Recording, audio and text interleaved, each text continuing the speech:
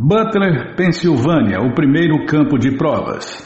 Pela graça do Senhor Krishna, os americanos são prósperos sob todos os aspectos.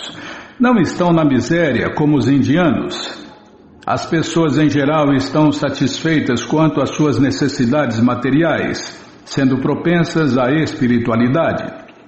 Quando eu estava em Butler, Pensilvânia, a cerca de 800 quilômetros da cidade de Nova York, vi que havia muitas igrejas sendo frequentadas regularmente. Isto mostra que o povo é propenso à espiritualidade. Além disso, fui convidado por algumas igrejas e escolas e faculdades pertencentes a congregações religiosas. Dei palestras lá e eles gostaram muito e deram-me presentes. Quando falava aos estudantes, estes mostraram-se muito interessados em ouvir sobre os princípios do Śrīmad Bhagavatam.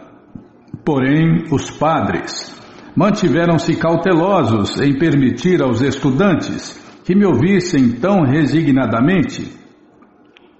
Temiam que os estudantes se convertessem às ideias hinduístas, como é bem natural em qualquer seita religiosa. Mas eles não sabem que o serviço prático e amoroso do Senhor Shri Krishna é a religião comum a todos, incluindo até os aborígenes e canibais da floresta. De uma carta a Sumati Morarji. O ônibus saiu rapidamente do terminal para o centro de Manhattan, em plena luz do dia, atravessando as sombras dos arranha-céus pelas ruas asfaltadas, apinhadas de gente, caminhões e automóveis e convergindo para ruas de tráfego intenso em direção ao túnel Lincoln. O ônibus entrou no túnel e emergiu no lado de Jersey do rio Hudson, prosseguindo pela nova rodovia de Nova Jersey, através de campos com imensos tanques de petróleo e refinarias esparsas. Avistava-se o horizonte de Manhattan à esquerda, enquanto na rodovia de 3 pistas, os carros corriam a 100 km horários nos 2 sentidos. O aeroporto de Newark surgiu bem próximo à direita, com aviões a jato visíveis nas pistas de aterrissagem. A rede elétrica, com suas altas torres de aço de conexão, perdiam-se no horizonte. Srila Prabhupada jamais antes testemunhara algo de tal magnitude. Agora via, com seus próprios olhos, que a cultura americana baseava-se na paixão para mais e mais gozo dos sentidos, e era um cenário de loucura. Que negócios tão importantes levavam as pessoas a correr para lá e para cá naquela velocidade vertiginosa? Ele podia ver as suas metas estampadas nos cartazes de propaganda. Naturalmente, ele percorrera muitas vezes a estrada de Delhi a Vrindavana, mas lá não havia muitos anúncios. Quando muito, o viajante via os campos, rios marginais, a estrada, templos, casas e fazendeiros em suas terras. A maioria das pessoas andavam a pé, ou em carros de boi, ou de bicicletas. E em Vrindavana, até os transeuntes comuns saudavam-se uns aos outros pronunciando os nomes de Deus, Jai Radhe, Hare Krishna. Agora havia fábricas na periferia de Delhi, mas nada semelhante àquilo. O efeito cumulativo daquelas fábricas nem de longe se comparava à explosão materialista destes campos com tanques de petróleo, fábricas gigantescas e cartazes ao longo da movimentada via expressa. O consumo de carne, o sexo ilícito, a intoxicação e os jogos de azar, os mesmíssimos pecados contra os quais Srila Prabhupada viera pregar, eram enaltecidos orgulhosamente em cartazes, quilômetro após quilômetro. Os outdoors, né?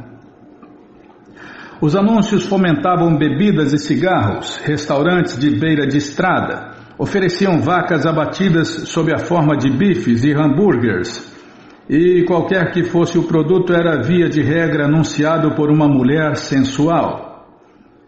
Sempre explorando as mulheres, os demônios.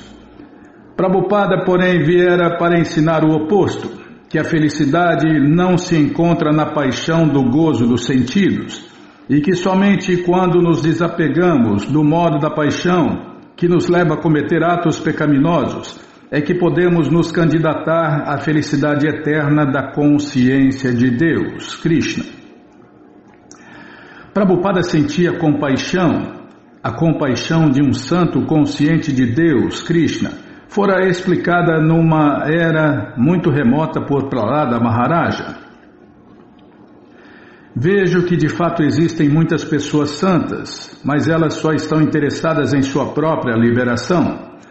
Não se importando com as grandes metrópoles e cidades, vão aos Himalaias ou às florestas para meditar, observando votos de silêncio. Não se interessam em liberar os outros. Quanto a mim, contudo, não desejo ser liberado sozinho, deixando de lado todos esses pobres tolos e patifes. Sei que sem consciência de Deus, Krishna, sem se refugiar a vossos pés de lótus, não se pode ser feliz. Outra máxima aqui, Bimala. Deixa eu anotar isso aqui, peraí. Cadê a caneta, hein? Não tem lápis, vai caneta mesmo. Tá errado, né? Fazer o quê? Mas... não quer escrever, escreveu. Cadê a lapiseira, Bimala? Depois a gente apaga com a borracha. Sem consciência de Deus, Krishna, sem se refugiar a vossos pés de lótus, não se pode ser feliz. Portanto, desejo trazê-los de volta ao abrigo de vossos pés de lótus. O cenário aos poucos transformou-se na região rural da Pensilvânia, e o ônibus atravessava longos túneis nas montanhas. Anoiteceu, e já era tarde da noite. Passava de 23 horas quando o ônibus entrou na área altamente industrializada de Pittsburgh, às margens do rio Allegheny. Srila Prabhupada não podia ver claramente as usinas siderúrgicas, mas podia ver as suas luzes e seus fornos industriais e chaminés. Milhões de luzes brilhavam por toda a atmosfera carregada que envolvia a cidade. Já passava da meia-noite quando o ônibus finalmente chegou ao terminal. Gopal Argaval esperava com a Kombi da família para conduzir Prabhupada a Butler, cerca de 1 hora ao norte. Ele saudou Prabhupada com as mãos postas e um bem-vindo Swamiji, curvando-se levemente várias vezes. Isso não era algo comum para Gopal. Seu pai, um negociante de Mathura, admirador de santos e causas religiosas, pedira-lhe que hospedasse o Swamiji. Não era a primeira vez que seu pai fazia arranjos para que um santo amigo seu viesse aos Estados Unidos. Várias vezes ele enviara documentos de garantia de amparo para Gopal assinar, e Gopal obedientemente assim o fizera. Porém nada jamais se concretizara. Assim, quando chegou a carta de fiança para A.C. Bhaktivedanta Swami, Gopal prontamente assinou-a e remeteu-a de volta, pensando que esta seria a última vez que teria notícias dela. Mas, então, havia apenas 1 semana atrás, chegara uma carta. Sally Argaval abriu-a e alarmada chamou seu marido. Querido, sente-se, ouça isto, o Swami está vindo. Srila Prabhupada havia anexado sua fotografia para que eles não deixassem de reconhecê-lo. Prabhupada é expert em tudo, né, Bimala? Puxa vida!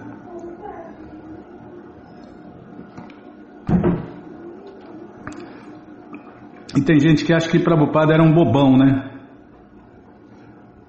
Imagine. Imagina a surpresa desse casal, né, Bimala? Célia Gaval abriu a carta alarmada e chamou seu marido. Querido, sente-se, ouça isto, o Swami está vindo. Srila Prabhupada havia anexado sua fotografia para que eles não deixassem de reconhecê-lo. Os Argaval olharam curiosamente para a fotografia. Ah, não terei como me equivocar, disse Gopal. Os desavisados Argavals eram americanos simples, segundo Sally Argaval, que conheceram seu esposo indiano enquanto este trabalhava como engenheiro na Pensilvânia. O que fariam com um Swami indiano em casa? Prabhupada foi um choque para eles, mas não havia como não aceitá-lo. Eles estavam comprometidos pelo pedido do pai de Gopal. Conscienciosamente Gopal desculpem, tá, Bimala, vou prestar atenção. É que essa história é muito emocionante, né? Conscienciosamente Gopal comprara a passagem de Srila Prabhupada de Nova York a Pittsburgh e providenciara para que o agente da Travelers Aid o encontrasse e zelosamente viajara de carro aquela noite para encontrar-se com ele. Assim foi com uma mistura de embaraço, incredulidade e surpresa que Gopal Argaval ajudou seu hóspede a entrar na Kombi e dirigiu-a de volta para sua casa em Butler. 20 de setembro. Butler, Pensilvânia, a terra do Jeep, eram os dizeres de uma placa de granito no parque da cidade. Butler, famosa como a cidade onde o Jeep do exército americano fora inventado em 1940, era uma cidade industrial de 20 mil habitantes, situada entre as colinas de uma área rica em petróleo, carvão, gás e calcário. Sua indústria consistia basicamente em fábricas de vidro, de vagões de trem, de refrigeradores, de derivados do petróleo e de artefatos de borracha. 90% dos trabalhadores locais eram americanos natos. A religião predominante sempre fora o cristianismo, na maioria protestantes, com alguns católicos, e nos últimos anos apareceram algumas sinagogas. Mas não havia comunidade hindu naquela época. Gopal Argaval foi o primeiro indiano a se mudar para Butler. Quando a Kombi entrou na cidade, o ar da madrugada estava quente e úmido. A edição matinal do Butler Eagle logo estaria nas bancas de jornais. China vermelha ataca a Índia. Primeiro-ministro Shastri declara que China comunista quer dominar o mundo. Já naquela época, hein?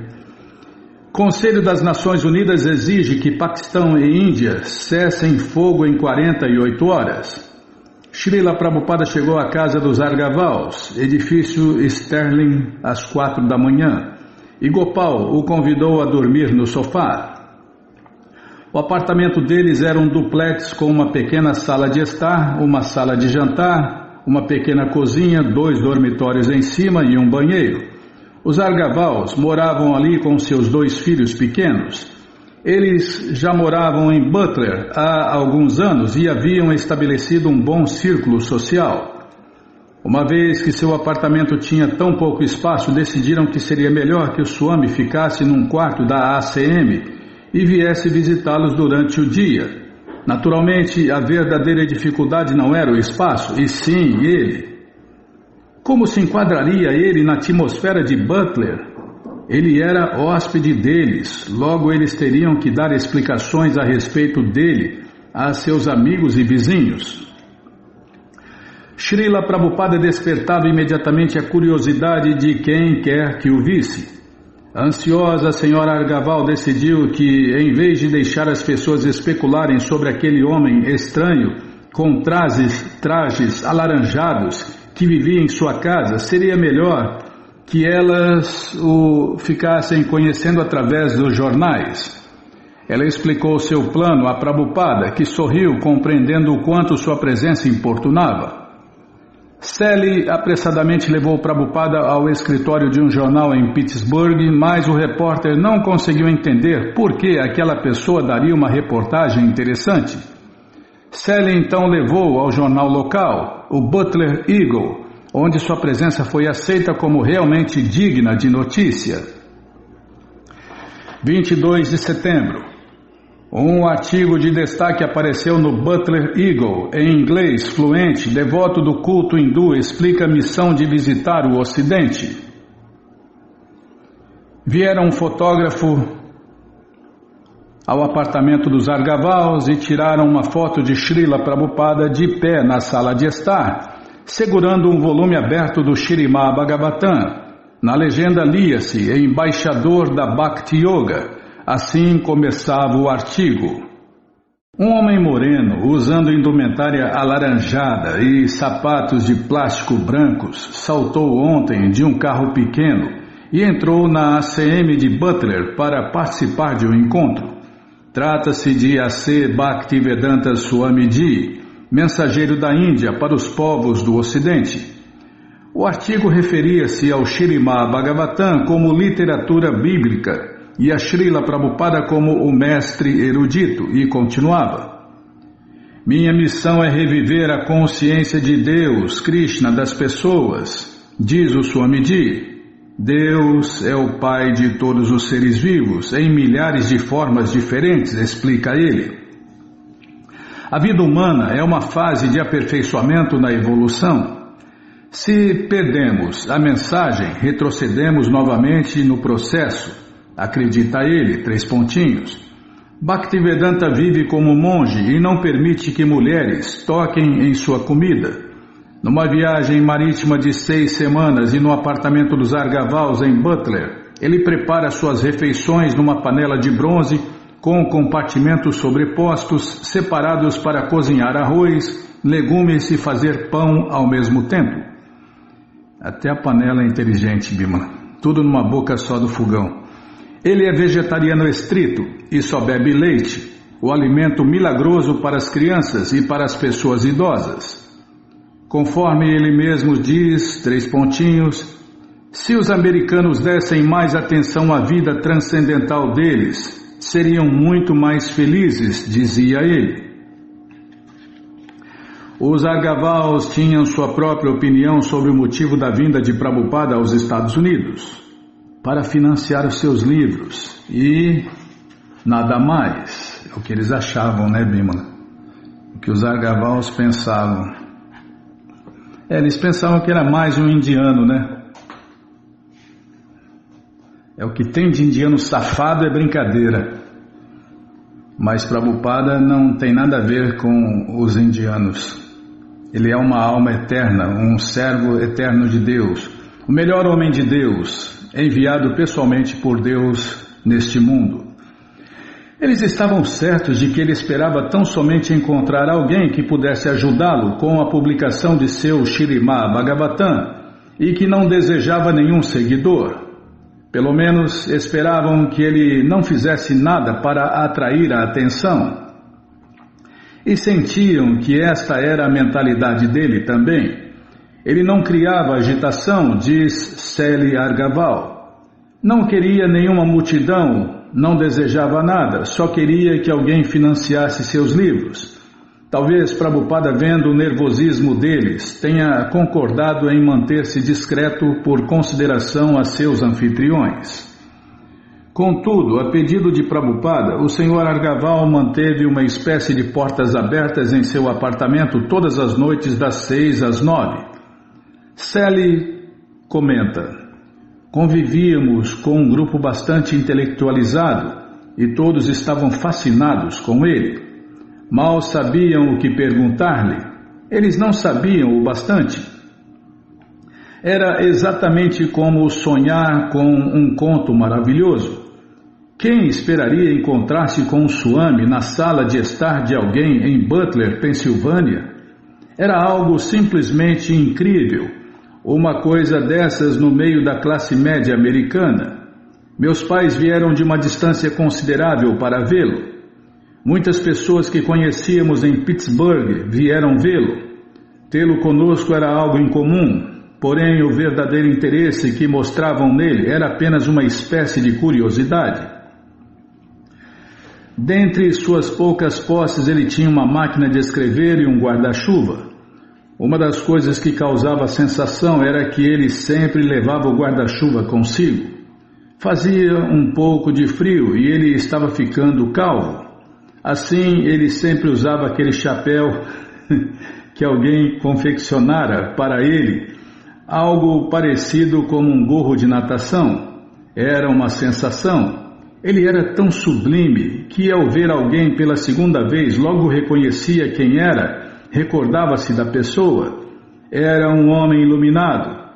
Quer ele os encontrasse em nosso apartamento e depois os visse num carro, lembrava-se de seus nomes, acenava-lhes e chamava-os pelos nomes. Ele era um homem especial. Todas as pessoas gostavam dele, ficavam espantadas com a grande inteligência que ele tinha. O que mais as cativava era o modo como ele guardava os seus nomes e seu jeito bem-humorado. A maior parte do tempo parecia tão sério, mas era uma pessoa muito bem-humorada. Tinha um olhar intimidativo, mas era muito encantador. Foi o hóspede mais fácil que tive em minha vida, pois quando eu não podia dar-lhe atenção, ele cantava Hare Krishna em seu rosário e eu sabia que estava inteiramente feliz. Quando não podíamos conversar, ele cantava Hare Krishna. Ele era tão sossegado. Eu via que nunca se aborrecia. Nunca me senti tensa ou constrangida por tê-lo conosco. Ele era tão maleável que eu tinha de cuidar das crianças. Ele ficava simplesmente cantando Hare Krishna. Era incrível. Quando eu precisava fazer algo, ele ficava feliz só de poder cantar Hare Krishna. Era um ótimo hóspede. Quando as pessoas vinham, sempre fumavam, mas ele dizia: deixa pra lá, não tem importância. Isso era o que ele dizia, não tem importância, porque ele sabia que éramos diferentes. Eu não fumava na sua frente, eu sabia que não devia fumar na frente do pai de Gopal, e assim eu tinha a mesma consideração por ele. Ele jamais causava problemas para os outros. Certa noite um convidado perguntou a Prabhupada: o que o senhor acha de Jesus Cristo? E Prabhupada replicou: ele é o Filho de Deus. Então ele acrescentou que o convidado também era filho de Deus. Todos acharam interessante saber que o Swami aceitava Jesus Cristo como Filho de Deus. Gopal comenta: sua intenção não era fazer com que mudássemos nosso estilo de vida. Ele não dizia que fulano ou cicrano deviam ser vegetarianos ou algo semelhante. Tudo o que queria era que fôssemos o que éramos, mas que melhorássemos. Ele não enfatizava que devíamos abandonar muitas coisas. Srila Prabhupada seguia um horário regular diariamente. Toda manhã caminhava pelos 6 ou 7 quarteirões da ACM até o edifício Sterling, chegando ali por volta das 7 horas. Desculpem, deixa eu tomar água, Bímola, peraí.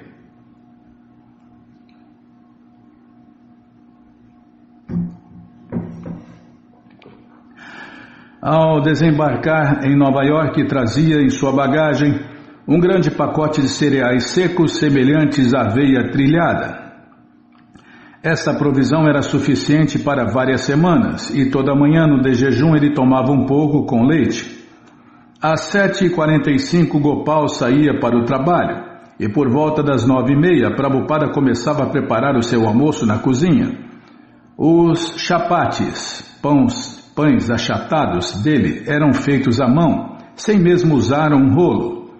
Ele trabalhava sozinho por 2 horas, enquanto a senhora Argaval se dedicava aos afazeres domésticos e cuidava das crianças. Às 11h30 ele tomava o alimento oferecido a Deus, Krishna Prasada. Sally comenta: quando ele cozinhava, usava apenas uma boca do fogão. O compartimento inferior da panela produzia o vapor. Ele mantinha o caldo de ervilha embaixo, e este criava o vapor para cozinhar muitos outros legumes. Assim, por cerca de 1 semana ele cozinhou esse grande almoço que ficava pronto por volta das 11h30, e Gopal sempre vinha almoçar ao meio-dia. Eu costumava servir a Gopal um sanduíche depois do que ele voltava ao trabalho. Mas não demorou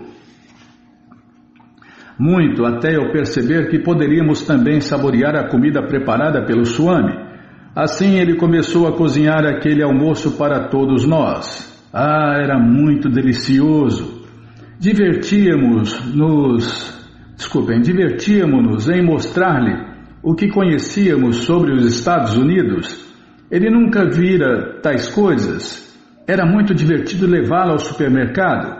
Ele adorava abrir os pacotes de quiabo ou de feijão congelados, pois não precisava limpá-los e cortá-los e tudo o mais. Todo dia ele abria o congelador e escolhia os seus ingredientes. Era divertido observá-lo. Ele sentava-se no sofá enquanto eu limpava a casa com um aspirador que chamava a atenção dele, e assim conversávamos por longo tempo a respeito. Ele era tão interessante. Assim, todos os dias tínhamos este grande banquete, e tudo era muito divertido. Divertíamos de verdade. Eu ajudava a cortar os legumes. Ele temperava tudo e nós ríamos. Ele era um homem muito agradável, a mais agradável das pessoas. Na verdade, eu me sentia como uma espécie de filha dele, apesar da brevidade de nosso convívio. Era como se ele fosse meu sogro. Ele era amigo de meu sogro, mas na realidade eu me sentia muito chegada a ele. Ele se divertia com tudo. Eu gostava dele, achei-o formidável. Após o almoço, por volta de 1 da tarde, Prabhupada saía em direção à ACM, onde, conforme supunham os Argavals, ele devia ficar trabalhando em seus escritos até às 5. Retornava ao apartamento lá pelas 6 da noite, após eles terem jantado. Eles comiam carne, de modo que a senhora Argaval era muito cuidadosa em limpar tudo antes que ele chegasse. Quando certa noite ele veio mais cedo, ela disse: "Oh, Swamiji, acabamos de cozinhar carne e o cheiro será muito desagradável para o senhor." Mas ele disse: "Ah, não se incomode, não se incomode." À noite ele conversava com os visitantes. Os convidados costumavam tomar café e outras bebidas, mas ele pedia um copo de leite quente às 9 horas. Ele permanecia conversando até às 9h30 ou 10 horas. E então o senhor Argaval o levava de carro de volta à ACM. Prabhupada também lavava sua própria roupa todos os dias. Lavava-as no banheiro dos Argavals e as pendurava para secar no lado de fora. Às vezes acompanhava os Argavals à lavanderia e interessava-se em ver como os americanos lavavam e secavam suas roupas. Para Sally, ele parecia muito interessado nos hábitos e no povo americano. Sally comenta: "Nosso filho Bridge tinha 6 ou 7 meses de idade quando o Swamiji chegou. E os indianos adoram crianças. O Swami gostava de Bridge. Ele encontrava-se lá quando Bridge ficou de pé pela primeira vez. A primeira vez que Bridge tentou e realmente conseguiu, o Swami ficou de pé e bateu palmas. Foi uma festa. De outra vez, nosso bebê mordeu os sapatos do Swami. Pensei, esses sapatos, eles estiveram por toda a Índia e meu filho os está mastigando. Você sabe como uma mãe se sentiria?" Quase toda noite ele sentava-se no quintal dos fundos da casa do vizinho. Às vezes sentávamos lá fora com ele ou ficávamos na sala de estar. Certa vez algo aconteceu com nossa filhinha, Pamela. Ela tinha apenas 3 anos. Eu costumava levá-la ao catecismo e lá ela aprendeu sobre Jesus. Então, quando ela viu o Swami trajado daquela maneira toda, ela o chamava de Swami Jesus. E uma vez, quando passamos a entender o que ela dizia, vimos que ela o chamava de Swami Jesus. E o Swami sorria e dizia: "Ah, é uma criancinha, Guialuzá." Foi muito engraçado. Prabhupada palestrou para diversos grupos na comunidade. Ele deu uma palestra no Lions Club no início de outubro e recebeu um documento formal. Saiba-se que A.C. Bhaktivedanta Swami foi um convidado do Lions Club de Butler, Pensilvânia, e para expressar nossa apreciação pelos seus serviços prestados, o clube oferece este reconhecimento.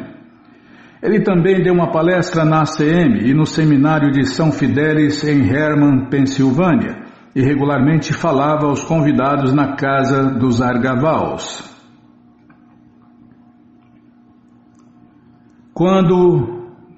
Posso continuar, Bímola? Muito obrigado, hein?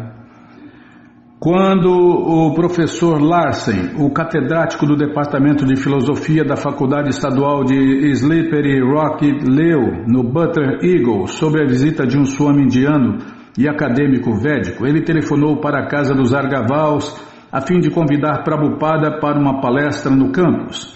Allen Larsen comenta: eu liguei para o número dado no artigo do jornal, mas informaram-me que o Swamiji, na verdade, estava hospedado num quarto da ACM.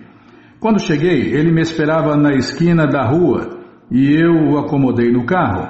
Ele parecia muito solitário.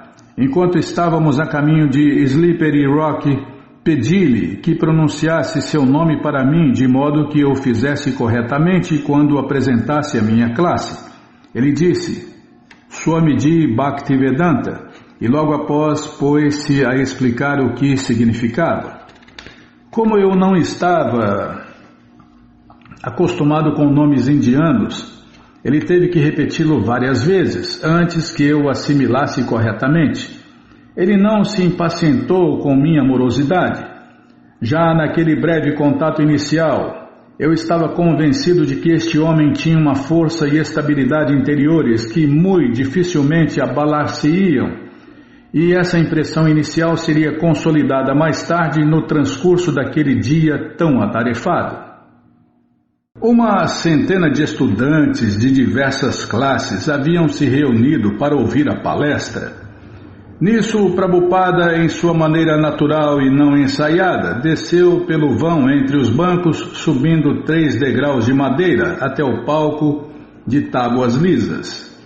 Sentou-se ereto e com as pernas cruzadas e suavemente começou a cantar: Hare Krishna, Krishna Krishna, Hare Hare, Hare Rama, Rama Rama, Hare Hare, com os olhos fechados. Então levantou-se e falou, sem instante nem microfone, e depois respondeu às perguntas da audiência. O programa durou apenas 50 minutos e terminou abruptamente com uma campainha anunciando a próxima aula.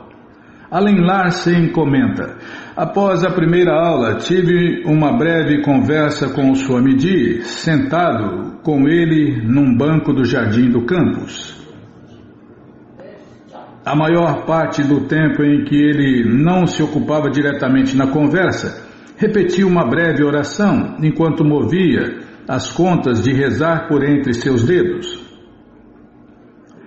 Prabhupada sempre cantando Hare Krishna no rosário. Rosário Hare Krishna de 108 contas.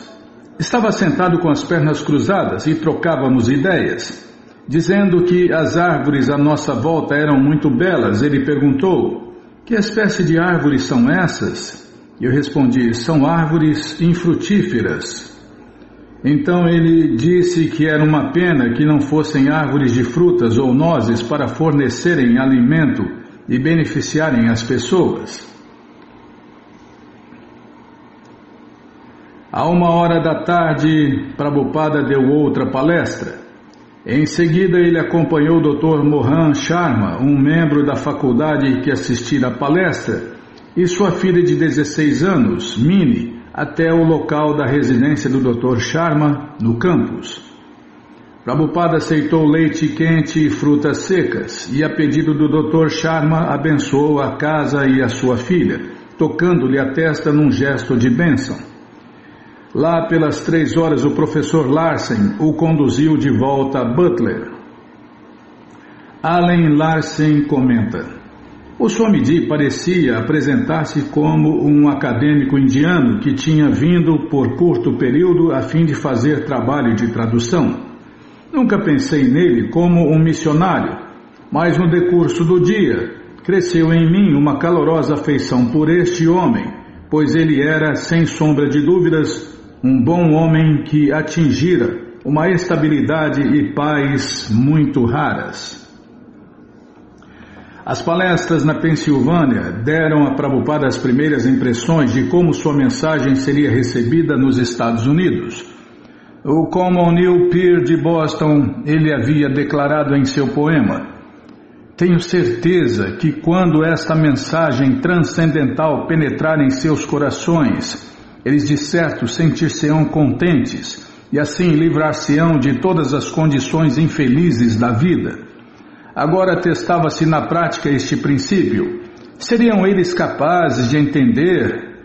Estariam interessados? render-se-iam. 15 de outubro, Srila Prabhupada recebeu uma carta de Sumati Moradi de Bombay. Pujya Swami, recebi sua carta datada do dia 24 último e fico contente em saber que o Senhor chegou a salvo nos Estados Unidos após sofrer de enjoos marítimos. Agradeço por suas saudações e bênçãos. Espero que a esta altura já tenha se recuperado plenamente da doença e esteja gozando de boa saúde. Deleitei-me ao ler que o Senhor iniciou suas atividades nos Estados Unidos e já deu algumas palestras. Oro ao Senhor Balakrishna para dar-lhe suficiente força e capacitá-lo a levar adiante a mensagem do Sri Bhagavatam. Acho que o Senhor deve permanecer aí até recuperar-se plenamente de sua doença e regressar somente após ter completado sua missão. Aqui tudo corre normalmente. Com respeitos, sinceramente, Sumati Moradi. Prabhupada considerou a última linha dessa carta especialmente significativa. Sua bem-querente insistia em que ele permanecesse nos Estados Unidos até completar a sua missão. Ele dissera aos funcionários da imigração em Nova York que ficaria nos Estados Unidos por 2 meses. Tenho 1 mês de subvenção em Butler, pensou ele, e depois não tenho mais auxílio algum, assim talvez eu possa ficar por outro mês. Desta forma, ele dissera 2 meses. Sumati Moradi, contudo, insistia em que ele ficasse.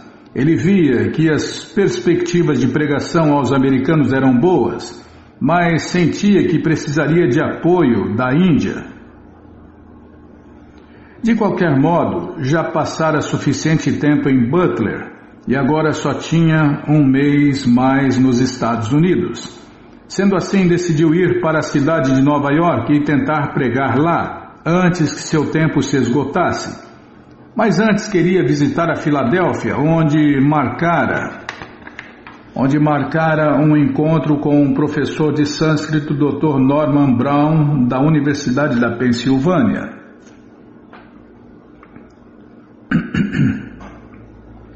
Sally comenta. Antes.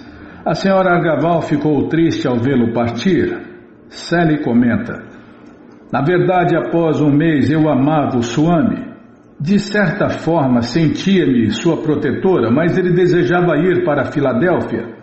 Porém, eu não podia imaginar, eu lhe disse, não podia imaginá-lo indo para a Filadélfia por 2 dias.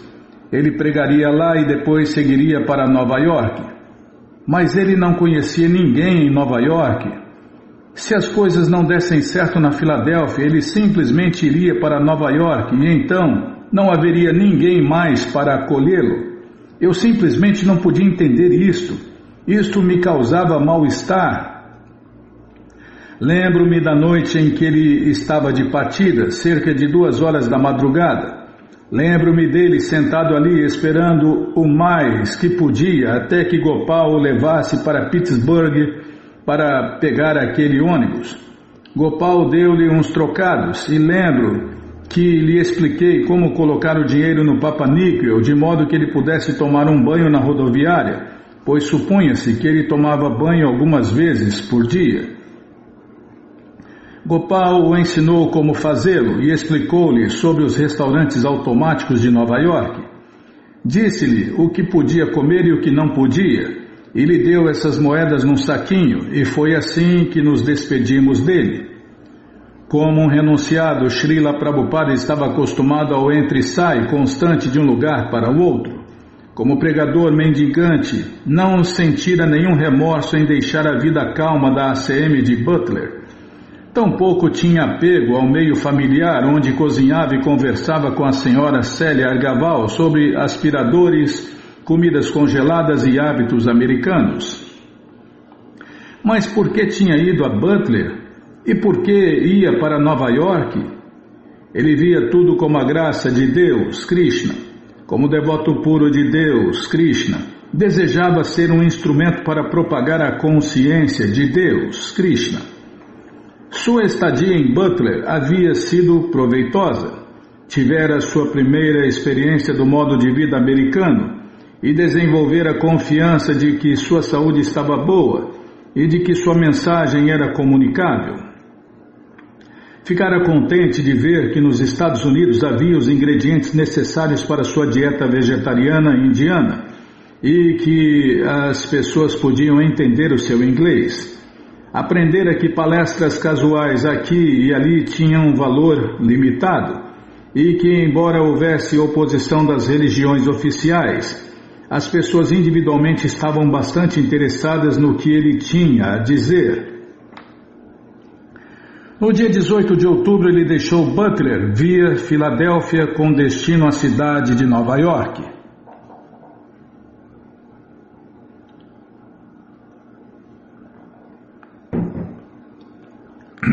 Desculpem.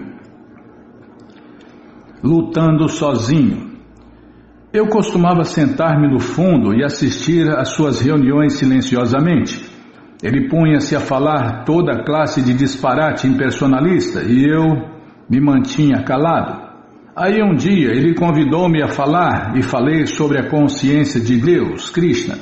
Denunciei que ele estava falando filosofia inventada e todo aquele absurdo de Shankaracharya. Ele tentou esquivar-se dizendo que não era ele que falava, mas sim Shankaracharya. Eu disse, você o está representando. Isso dá no mesmo. Então ele me disse, Swamiji, gosto muito do Senhor, mas o Senhor não pode mais falar aqui. Porém, embora nossas filosofias divergissem e ele não me deixasse falar, ele era amável e eu era gentil com ele. Srila Prabhupada conversando.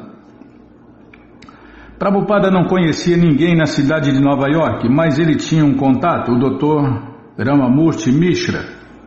Escrever ao Dr. Mishra de Butler, anexando no envelope a carta de apresentação que Paramananda Meha dera-lhe em Bombay. Ele também havia telefonado para o Dr. Mishra, que amavelmente convidou Prabhupada a juntar-se a ele em Nova York. No terminal rodoviário de Port Authority ou coisa parecida, um aluno do Dr. Mishra veio a seu encontro quando de sua chegada da Filadélfia e o levou diretamente a um festival indiano na cidade de lá. Prabhupada encontrou-se com o Dr. Mishra, bem como com Ravi Shankar e seu irmão, o dançarino Uday Shankar. Prabhupada então acompanhou o Dr. Mishra até seu apartamento no número 33 da rua Riverside Drive, ao lado do rio Hudson. O apartamento ficava no 14º andar e tinha amplas janelas de frente para o rio. O Dr. Mishra deu um quarto separado para Prabhupada. O Dr. Mishra era uma personalidade carismática e dramática, dada a olhares fulminantes e a fazer gestos expressivos com as mãos. Regularmente usava palavras como adorável e belo, apresentando uma imagem absolutamente polida de um guru, que um guru deve ter, deve ser. Ele era o que alguns nova-iorquinos chamavam de Swami urbano. Guru, farsante tem que ser guru, chamado de guru, meu irmão. Guru é um mestre de verdade, Antes de vir aos Estados Unidos, o Dr. Mishra havia sido erudito em sânscrito e guru, bem como médico.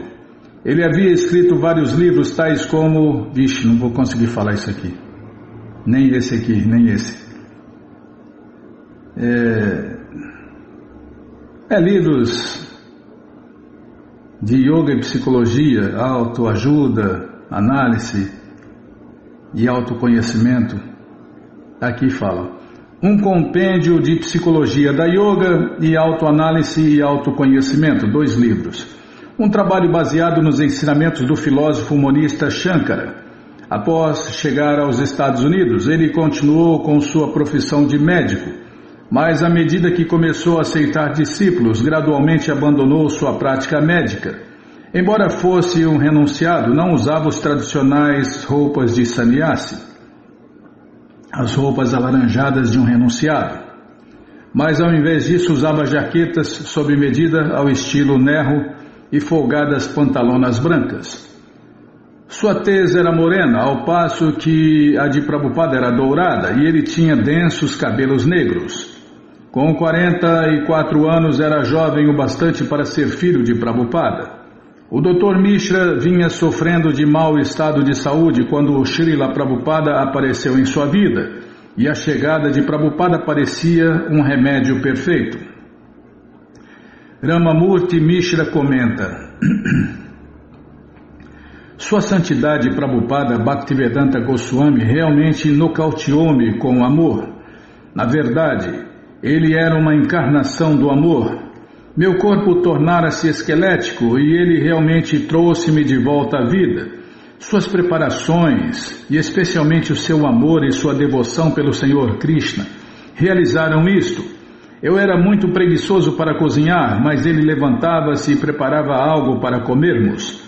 O Dr. Mishra apreciava como Prabhupada preparava muitos pratos, cozinhando com precisão de um químico, e também como ele comia com satisfação.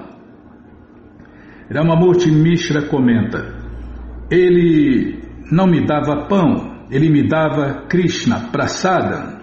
Isto era vida, e ele salvou minha vida. Naquela época eu não estava seguro se viveria, mas o seu hábito de comer na hora certa, estivesse eu com fome ou não, agradava-me muito. Ele levantava-se e dizia: tudo bem, isto é Bhagavad Prasadam, alimento oferecido a Deus, Krishna. E eu dizia: ótimo. Joan Suvan, uma antiga estudante do Dr. Mishra, frequentemente via Srila Prabhupada e seu professor juntos no apartamento da Riverside Drive. Joan Suval comenta: tenho uma lembrança de Swamiji com ares de criança, no sentido de que ele era muito inocente, uma pessoa muito simples, muito pura. Tenho a impressão de que o Dr. Mishra tinha o Swamiji como um pai, que era generoso e bom. Porém, basicamente as palavras usadas com mais frequência com referência ao Swamiji eram como uma criança, significando que ele era simples de maneira bela e clássica. Quando fui apresentado ao Swamiji, o Dr. Mishra mencionou para mim que ele era um homem muito santo, muito religioso, absorto em consciência de Deus, Krishna. Swamiji era muito doce. Eu própria recordo-me dele como um homem muito bom, mesmo quanto aos detalhes práticos da vida em Nova York, que pareciam envolvê-lo muito, pois ele era um homem prático e procurava o melhor lugar para iniciar o seu trabalho. Lembro-me de que ele era sempre muito cuidadoso em lavar as suas roupas toda a noite. Eu entrava e encontrava um grupo de estudantes na área de estar do apartamento do Dr. Mishra, e do banheiro viam-se pendurados os trajes alaranjados do Swamiji. Posso continuar? Muito obrigado, hein? Srila Prabhupada às vezes discutia com o Dr. Mishra sobre o objetivo de sua visita aos Estados Unidos, expressando a visão de seu mestre espiritual de estabelecer a consciência de Deus, Krishna, no Ocidente. Ele pedia ao Dr. Mishra que o ajudasse, mas o Dr. Mishra sempre se desculpava, referindo-se a seu próprio trabalho de ensino, que o mantinha muito ocupado, e a seus planos de brevemente deixar o país. Após algumas semanas, quando se tornou inconveniente manter Prabhupada no apartamento, o Dr. Mishra o transferiu para o seu centro de Hatha Yoga, no 5º andar do número 100 da Rua 72, Oeste, próxima ao Central Park. O amplo centro localizava-se no meio do edifício e incluía um escritório e um quarto contíguo privado, onde Prabhupada ficava, porém não havia janelas. Em completa divergência filosófica com Prabhupada, o Dr. Mishra aceitava que o aspecto impessoal da verdade absoluta, o Brahman, a luz, era supremo. Aquela loucura, tudo vem da luz, tudo volta para a luz, tudo se funde na luz. Quer se fundir? Que se funda. Prabhupada enfatizava a supremacia do aspecto pessoal, ou Bhagavan, seguindo a filosofia teísta védica de que a compreensão mais plena da verdade absoluta é pessoal. Deus é uma pessoa. O Bhagavad Gita diz que o Brahman impessoal é subordinado a Bhagavan e é uma emanação dele, assim como o brilho do Sol emana do planeta Sol. A luz nada mais é que o brilho do corpo de Deus, Krishna. Os principais e tradicionais mestres da Índia antiga, tais como Ramanuja e Madhva, haviam ensinado esta conclusão, e Srila Prabhupada pertencia à sucessão discipular de Madhva. Por outro lado, o Dr. Mishra seguia Shankara, o qual ensinava que a presença impessoal da verdade absoluta é o todo de tudo, e que, em última análise, a personalidade de Deus é uma ilusão. Nossa, só loucura. Enquanto a filosofia teísta de Prabhupada aceitava o eu transcendental individual, a alma, a Atma, como eterno servo do ser transcendental supremo, Bhagavan, o ponto de vista do Dr. Mishra era não aceitar a individualidade do eu transcendental. Pelo contrário, sua ideia... Calma, Bima, deixa eu ajeitar aqui. Pelo contrário, sua ideia era que, uma vez que todas as pessoas são idênticas a Deus, o Supremo Brahman, não há necessidade de se adorar a Deus externamente. Como o Dr. Mishra exprimia, tudo é um. Prabhupada desafiava, se cada um de nós realmente é o Supremo, por que então este Supremo? Por que esse Supremo precisa sofrer e lutar no mundo material? O Dr. Mishra contestava que o Supremo está apenas temporariamente coberto pela ilusão e que através da Hatha Yoga e da meditação era possível iluminar-se compreendendo tudo é o Supremo. Prabhupada novamente desafiava, mas se a ilusão pudesse cobrir o Supremo, então a ilusão seria superior a Deus, superior ao Supremo. É lógico, é até lógico, né? Uai, se você é Deus e você está iludido, a ilusão é superior a você, então. Então Deus é a ilusão. É quanto mais mexe, mais fede nessa coisa, né? Prabhupada considerava o Dr. Mishra um impersonalista devido à sua inadvertida aceitação de que Maya, a ilusão, é superior à verdade absoluta. Para Srila Prabhupada, a filosofia impessoal não era apenas intragável, mas era também um insulto à personalidade de Deus, Krishna. Segundo Krishna, no Bhagavad Gita 7.24 e 9.11, homens sem inteligência, que não me conhecem, pensam que assumo esta forma e personalidade. Devido a seu parco conhecimento, eles não conhecem minha natureza superior, que é imutável e suprema. 3 pontinhos. Os tolos zombam de mim quando apareço sob a forma humana. Eles desconhecem minha natureza transcendental e meu domínio supremo sobre tudo que existe. O Senhor Krishna Chaitanya também refutara vigorosamente a filosofia impersonalista. Tudo sobre a suprema personalidade de Deus, Krishna, é transcendental, incluindo seu corpo, opulência e parafernália. Contudo, a filosofia impersonalista encobre sua opulência transcendental e defende a teoria do impersonalismo. Antes de vir aos Estados Unidos, Srila Prabhupada escrevera em seus significados do Śrīmad Bhagavatam: os ambiciosos filósofos impersonalistas desejam se fundir na existência do Senhor Krishna. Esta forma de liberação significa negar a própria existência individual. Em outras palavras, é uma espécie de suicídio espiritual. Opõe-se radicalmente à filosofia da Bhakti Yoga.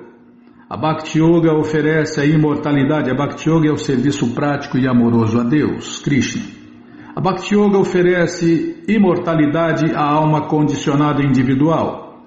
Se alguém segue a filosofia impersonalista, perde a oportunidade de se tornar imortal após abandonar o corpo material. Nas palavras do Senhor Krishna Chaitanya, os impersonalistas são grandes ofensores do Senhor Krishna. Sendo assim, o Senhor Krishna Chaitanya concluiu que se alguém tão somente ouve os comentários de Shankaracharya, toda a sua vida transcendental fica arruinada. O Dr. Mishra contentava-se com ser um adepto da filosofia de Shankara e com permitir que Prabhupada ficasse com o Senhor Krishna e o Bhagavad Gita. Mas Srila Prabhupada chamava atenção para o fato de que o próprio Shankara aceitava que a personalidade de Deus, Krishna ou Narayana, existe eternamente além do mundo material.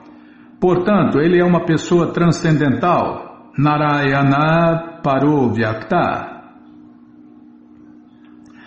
Como um mendigante, Prabhupada dependia temporariamente da boa vontade de seu conhecido impersonalista, com quem regularmente comia e conversava, e de quem aceitava a hospitalidade. Mas que grande estorvo era! Ele viera aos Estados Unidos para falar pura e audaciosamente sobre Deus, Krishna, porém era impedido de fazê-lo. Em Butler, as suscetibilidades, vou ler de novo. Em Butler, as suscetibilidades de seus anfitriões de classe média haviam-lhe tolhido. Agora era silenciado de maneira diferente, era tratado com gentileza, mas era considerado uma ameaça. O Dr. Mishra não podia permitir que seus estudantes ouvissem a glorificação exclusiva ao Senhor Krishna como a suprema personalidade de Deus. Passando a maior parte do tempo em seu novo quarto, Srila Prabhupada dedicava-se a datilografar e a traduzir. Mas quando o Dr. Mishra efetuava suas aulas de yoga, Prabhupada às vezes costumava sair e liderar um canto e dança público de Hare Krishna ou palestrar. Robert Nelson, um dos primeiros jovens simpatizantes de Prabhupada em Nova York, comenta: eu fui a uma sessão do Dr. Mishra e o Dr. Mishra falava. Swamiji estava sentado num banco e então, de repente, o Dr. Mishra interrompe as práticas, abre-se um grande sorriso e diz: Swamiji cantará algo para nós. Acredito que o Dr. Mishra não deixava falar. Alguém me disse que o Dr. Mishra não queria que ele pregasse.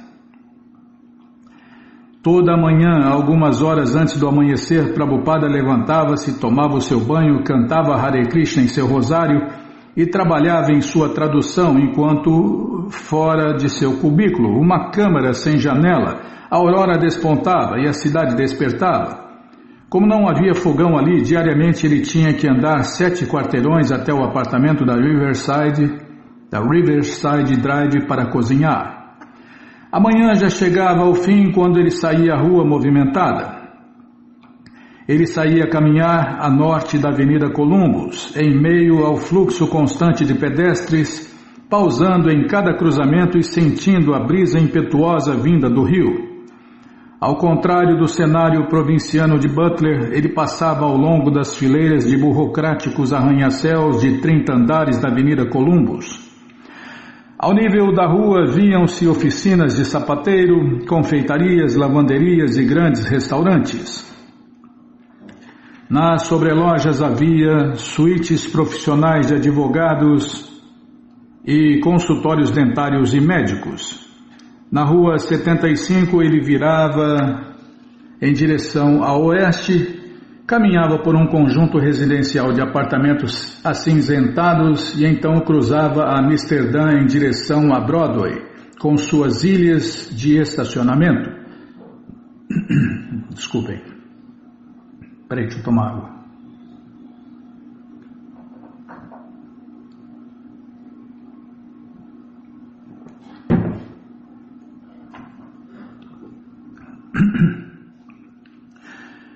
Podia-se descrever mais exatamente o verde desta área como o pretume, uma vez que estava coberto de fuligem e imundície da cidade. A Broadway exibia suas lojas de variedades e açougues com suas barracas estendendo-se ao longo da calçada e anciãos sentados em bancos da estreita faixa de jardim entre as pistas de tráfego para o norte e sul da cidade. No último quarteirão da rua 75, antes da Riverside Drive, havia prédios com apartamentos de alta classe com porteiros de plantão. No número 33 da Riverside Drive também havia um porteiro. Às vezes, Prabhupada caminhava no Parque Riverside. Ainda cuidadoso com o estado de seu coração, apreciava os longos estirões em áreas de passeio planos. Às vezes, ele caminhava do estúdio do Dr. Mishra à Rua 72, à Avenida Amsterdã, e daí até o supermercado West End, onde ele comprava os artigos e temperos para sua culinária. Às vezes, vagueava por Manhattan, sem qualquer destino pré-determinado, e às vezes pegava ônibus para diferentes partes da cidade. Nos finais de semana, Prabhupada acompanhava o Dr. Mishra ao seu Ananda Ashram, 1 hora ao norte da cidade, em Morro, Nova York. Joan Suval, que costumava levá-los de carro, escutava-os conversando animadamente no assento traseiro de seu carro. Embora falassem em hindi, ela podia ouvir as suas conversas transformarem-se em discussões em voz alta, e depois de tudo novamente confraternizavam-se. No Ananda Ashram, Prabhupada costumava liderar cantos e danças públicos de Hare Krishna, e os alunos do Dr. Mishra juntavam-se a ele no canto de Hare Krishna, e mesmo na dança. O Dr. Mishra particularmente gostava muito de ouvir Prabhupada cantando Hare Krishna. Ramamurti Mishra comenta: nunca ouvi ou encontrei nenhum devoto que cantasse tanto Hare Krishna. E seus cantos públicos de Hare Krishna eram simplesmente ambrosíacos. Caso você preste atenção e relaxe, aquela voz vibra muito eletricamente em seu coração. É algo que não dá para evitar. 99% dos estudantes, quer gostassem, quer não, levantavam-se, dançavam e cantavam Hare Krishna. Eu sentia-me muito abençoado em encontrar tão grande alma. Harvey Cohen, um visitante do Ananda Ashram, comenta: todos levantaram-se cedo e foram à meditação matinal. O Dr. Mishra vestia uma jaqueta dourada no estilo indiano e seus alunos já estavam em profunda meditação quando entrei no quarto. Como todas as almofadas estivessem ocupadas, tomei um lugar no fundo do quarto onde podia recostar-me contra a parede para facilitar minha meditação. Ou dormir, né? Sentado em outro canto estava um idoso senhor indiano com roupas alaranjadas e envolto num manto de lã rosado. Parecia murmurar consigo mesmo e mais tarde descobri que ele estava rezando Hare Krishna. Era o Swami Bhaktivedanta. Sua testa estava pintada com um sinal branco em forma de V e seus olhos estavam entreabertos. Ele parecia muito sereno. Harvey tentava, mas não conseguia praticar Aradhya Yoga. Ele era novo no Ananda Ashram e viera apenas para um retiro de fim de semana. Durante sua meditação matinal, sentiu-se mais atraído às névoas esverdeadas acima do lago visto da janela do que ao círculo na parede em que supostamente deveria meditar. Harvey comenta: fui para o meu quarto. A chuva aumentava e batia contra a janela. Tudo estava calmo e eu estava satisfeito de estar sozinho. Li um pouco. De repente senti alguém parado na entrada da porta. Dei-me conta de que era o Swami. Estava envolto em seu manto rosado, o qual parecia um chale. Posso entrar? Perguntou ele. Eu assenti e ele perguntou se poderia sentar-se na cadeira do canto. O que você está lendo? Disse sorrindo. Os diários de Kafka. Respondi, sentindo-me um pouco embaraçado. Ah, disse ele, ao que guardei o livro na estante. Ele perguntou-me o que eu estava fazendo no ashrama e se eu me interessava por yoga. Que espécie de yoga está estudando? Ah, não sei muito sobre o assunto, respondi, mas acho que gostaria de estudar Hatha Yoga. Isso não o impressionou? Ah, há coisas melhores do que isso, explicou. Há formas de yoga mais elevadas, mais diretas. Bhakti Yoga é a mais elevada. É a ciência da devoção a Deus, Krishna. À medida que falava, senti-me tomado por um sentimento de que ele estava certo. Ele falava a verdade. Dominou-me uma sensação arrepiante e estática de que esse homem era meu mestre. Suas palavras eram tão simples. Mantive-me com o olhar fixo nele todo o fim de semana. Ele se sentava tão calmo e com um raro fervor. Pediu-me para visitá-lo quando voltássemos à cidade. O Dr. Mishra dava palestras apresentando a interpretação impessoal do Bhagavad Gita de acordo com Shankara e Prabhupada, sempre que se lhe permitia falar, o contestava.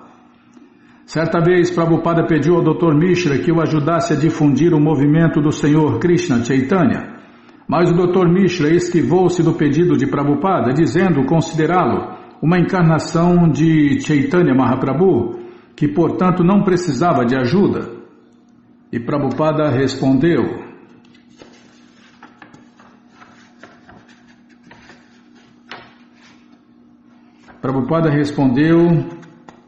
que como Mishra era também o nome do pai do Senhor Krishna Chaitanya, o Dr. Mishra deveria ajudá-lo a propagar o movimento do Senhor Krishna Chaitanya.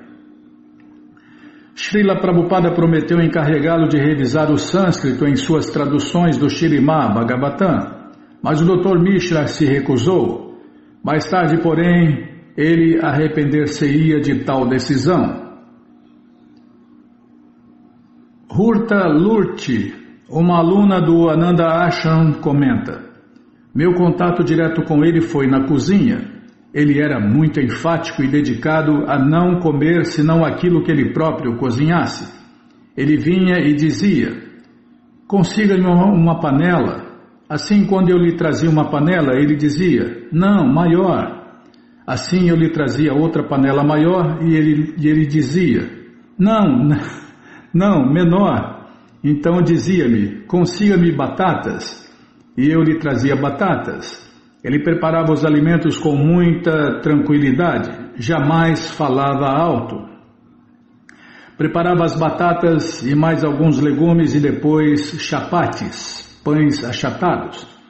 Após cozinhar, comia do lado de fora da cozinha. Costumava cozinhar o suficiente para que revertesse algo para o Dr. Mishra e mais cerca de 5 ou 6 outras pessoas. Todo dia, quando se encontrava lá, ele cozinhava esta mesma quantidade. Aprendi a fazer os pães achatados, chapatis, com ele. Normalmente ele só ficava nos fins de semana e então voltava para a cidade. Acho que ele sentia que era lá que o seu trabalho principal deveria ser feito. Com certeza, esta era a verdade. Mas o que poderia ele fazer lá, sem dinheiro nem apoio? Ele estava pensando em ficar por apenas algumas semanas mais e depois voltar à Índia. Entre mentes, trabalhava nos seus manuscritos do Śrīmad Bhagavatam, passeava por Manhattan e escrevia cartas. Examinava uma nova cultura, ponderando sobre as possibilidades práticas e imaginando esperançosamente como introduzir a consciência de Deus, Krishna, ao mundo ocidental. Expressou seus pensamentos para Sumati Morarji desta maneira: 27 de outubro. Tanto quanto pude verificar, os americanos estão muito ansiosos para aprender algo sobre o modo de compreensão transcendental védico, e existem muitos pretensos ashrams de yoga nos Estados Unidos. Pretensa yoga, né? Prabhupada chama de fantasmagoria, exibicionismo de ginástica. Indiano safado, tem indiano safado para todo lado. Infelizmente, eles não são muito respeitados pelo governo e é sabido que estes ashrams de yoga, academias de yoga, exploram as pessoas inocentes, como também acontece na Índia. A única esperança é o fato de eles... isso aqui é importante, hein, Bimala? Tem gente que acha que faz yoga de verdade, mas aqui Prabhupada desmente a farsa. É sabido que essas academias de yoga exploram as pessoas inocentes, como também acontece na Índia. A única esperança é o fato de que eles têm inclinações espirituais e pode-se beneficiá-los imensamente caso se pregue o culto do Śrīmad Bhagavatam aqui, 3 pontinhos. Srila Prabhupada observou que os americanos também davam boa recepção à arte e à música da Índia. Só para verificar a receptividade, ele assistiu a uma apresentação de Bala Saraswati, uma dançarina de Madras. Fui ver a dança com um amigo, embora nos últimos 40 anos não tenha jamais assistido a tais espetáculos. A dançarina foi exitosa em sua exibição. A música era da tradição clássica indiana, na sua maioria em língua sânscrita, e o público americano apreciou. Assim, animou-me ver as circunstâncias favoráveis para o meu futuro trabalho de pregação. Ele disse que também poder-se-ia pregar o Bhagavatam através da música e da dança, mas ele não tinha meios de apresentá-los assim. Se as missões cristãs alastravam-se por todo o mundo, apoiadas por imensos recursos, por que então não poderiam os devotos de Deus, Krishna, unir-se para pregar o Bhagavatam em todo o mundo? Ele também observava que as missões cristãs não tinham conseguido conter a propagação do comunismo, ao passo, aí tem gente que acha que Prabhupada ainda apoia o comunismo, Tem gente que se ilude, torce, distorce. O comunismo espiritual com Krishna no centro, tudo bem, perfeito. Vou ler mais e falar menos. Ele também observava que as missões cristãs... O líder dos católicos apoia, Bimala, agora eu parei de falar.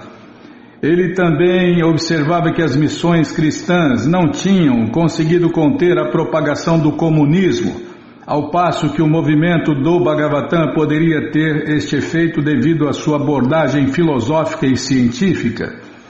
Ele deliberadamente estava plantando uma semente de inspiração na mente da devotada e rica Sumati Moradi. 8 de novembro. Prabhupada escreveu a seu irmão espiritual Tirtha Maharaja, que se tornara presidente da Gaudiya Mata, para lembrá-lo que o mestre espiritual deles, Srila Bhaktisiddhanta Saraswati, tinha um forte desejo de abrir centros de pregação nos países ocidentais. Srila Bhaktisiddhanta havia tentado fazê-lo várias vezes, enviando renunciados à Inglaterra e a outros países europeus, mas observava Prabhupada, não houve nenhum resultado tangível. Eu vim a este país em vista o mesmo propósito... vou prestar atenção. Eu comi uma palavra aqui, eu estou com fome sim. Mas comer palavra não adianta nada, não.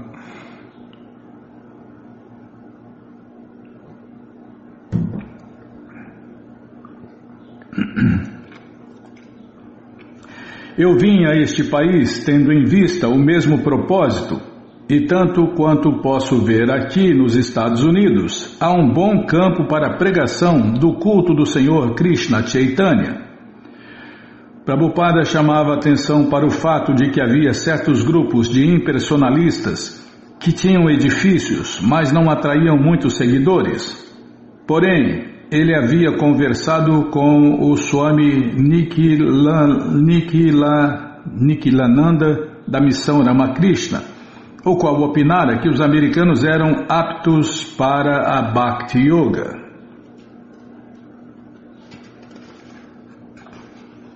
Calma, Bimala, estou tentando tirar a página aqui. Estou aqui e vejo um bom campo de trabalho, mas estou sozinho, sem apoio nem dinheiro. Para iniciar um centro aqui precisamos ter nossos próprios imóveis. Se os líderes da Gaudiya Mata achassem bom abrir uma filial própria em Nova York, Srila Prabhupada estava disposto a administrá-la. Mas sem sua casa própria, relatava ele, não poderiam conduzir uma missão na cidade.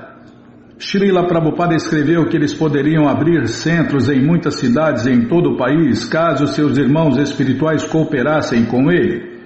Salientava repetidamente o fato de que, embora outros grupos não tivessem a filosofia transcendental genuína da Índia, estavam comprando muitos prédios.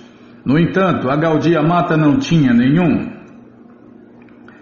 Se você concordar em cooperar comigo como sugeri acima, então estenderei o período de meu visto.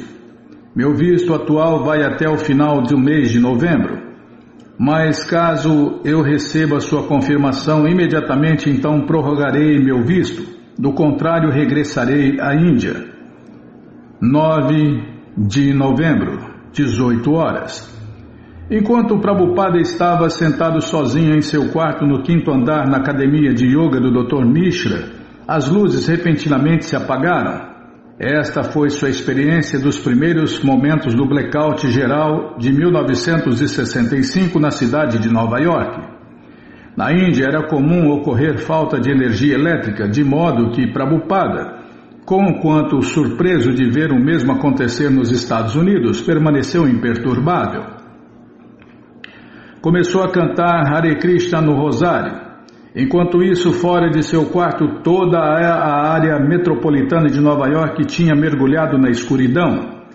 A falta total de energia subitamente deixara toda a cidade sem eletricidade, aprisionando 800 mil pessoas nos metrôs e afetando mais de 30 milhões de pessoas em 9 estados e 3 províncias canadenses. 2 horas mais tarde chegou à porta um homem do apartamento do Dr. Mishra com velas e algumas frutas. Ele encontrou Prabhupada bem-humorado, sentado ali na escuridão, cantando Hare Krishna em seu rosário. O homem informou-lhe da natureza séria de semelhante blackout numa cidade como Nova York. Prabhupada agradeceu-lhe e pôs-se novamente a cantar Hare Krishna. O blackout durou até às 7 horas da manhã seguinte. Srila Prabhupada recebeu a resposta de sua carta de 8 de novembro enviada a Tirtha Maharaj em Calcutá. Prabhupada havia explicado suas esperanças e planos de ficar nos Estados Unidos, mas enfatizara que seus irmãos espirituais teriam de dar-lhe o seu voto de confiança, bem como algum apoio tangível. Seus irmãos espirituais não estavam trabalhando cooperativamente. Cada líder interessava-se mais em manter o seu próprio prédio do que em trabalhar com os demais para difundir os ensinamentos do Senhor Krishna Chaitanya em todo o mundo. Assim, como seria possível que eles compartilhassem da visão de Srila Prabhupada de estabelecer uma sede na cidade de Nova York? Eles veriam isto como sua tentativa à parte. Todavia, apesar de pouco provável, ele apelou ao espírito missionário deles, lembrando-lhes do desejo de seu mestre espiritual, Srila Bhaktisiddhanta Saraswati Thakur. Seu mestre espiritual queria que se propagasse a consciência de Deus, Krishna, no Ocidente. Mas, quando Prabhupada finalmente recebeu a resposta de Tirtha Maharaja, viu que era desfavorável. Seu irmão espiritual não argumentava contra sua tentativa de fazer algo em Nova York, mas polidamente dizia que a verba da Gaudiya Mata não poderia ser usada para semelhante proposta. E Prabhupada respondeu: embora não seja uma carta muito encorajadora, não sou homem de ficar desapontado. De fato, ele viu uma chispa de esperança na resposta de Tirtha Maharaja. Assim escreveu para o seu irmão espiritual: a propriedade que recentemente achara à venda no número 143 da Rua 72 Oeste. O imóvel, com apenas 5,5 metros de largura por 35 de profundidade, consistia em uma loja no primeiro andar, subsolo e sobreloja. Prabhupada apresentava a Tirtha Maharaj o preço, $100.000, com entrada de $20.000, e salientava que esse edifício era 2 vezes o tamanho do Instituto de Pesquisas em Calcutá. Prabhupada planejava usar o subsolo para a cozinha e o refeitório. O primeiro andar serviria como sala de palestras e na sobreloja ficariam os dormitórios, com uma área separada para a forma de Deus no altar do Senhor Krishna. Prabhupada havia descrito a si mesmo de forma apropriada como o homem de não ficar desapontado. Ele estava convencido de que se houvesse um centro onde as pessoas pudessem vir e ouvir um devoto puro, a genuína cultura consciente de Deus da Índia poderia ter início nos Estados Unidos. Contudo, como ele fizera seus planos contando com conseguir um edifício de alto valor em Manhattan, seu objetivo parecia inatingível. Ainda assim, persistentemente escrevia a devotos proeminentes na Índia, embora estes se mostrassem pouco interessados em seus planos. Por que não haveriam de me ajudar? Pensava ele. Afinal de contas, eles eram devotos de Deus, Krishna. Não deveriam os devotos oferecer-se para estabelecer um templo de Krishna nos Estados Unidos? Certamente ele era qualificado e autorizado para propagar a mensagem de Deus, Krishna. Quanto ao local, Nova York talvez fosse a cidade mais cosmopolita do mundo. Ele havia achado um prédio não muito caro, bem localizado, e havia grande necessidade de um templo de Krishna aqui para contrabalançar a propaganda dos impersonalistas indianos. Os devotos de Deus, Krishna, a quem ele vinha escrevendo, vou prestar atenção, Bíblia, deixa eu tomar água.